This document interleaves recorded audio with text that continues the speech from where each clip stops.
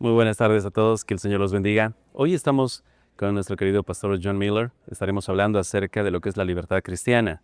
Y bueno, la pregunta para el pastor es, ¿qué pasa cuando las iglesias predican lo que es libertad cristiana sin santidad? O también casos donde se predica santidad pero sin libertad cristiana.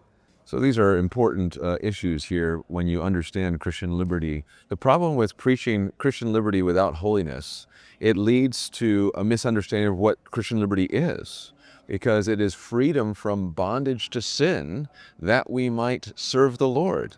And so if you're preaching liberty without holiness, you're not actually preaching Christian liberty that comes from Christ in the gospel.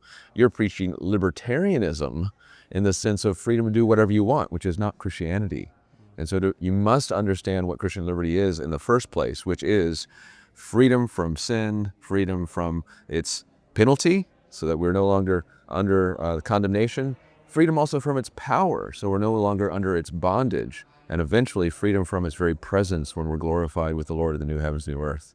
So you must preach true Christian liberty, which means it's free to serve the Lord in holiness.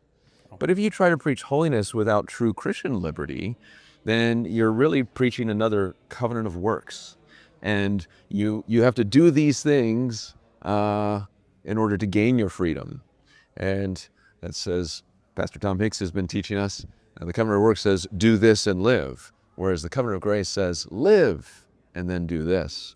And so we live a life of holiness out of the freedom that we've been given in Christ Jesus, freedom from sin, that we might live a holy life unto him. So it's important to have that proper perspective and understanding of Christian liberty.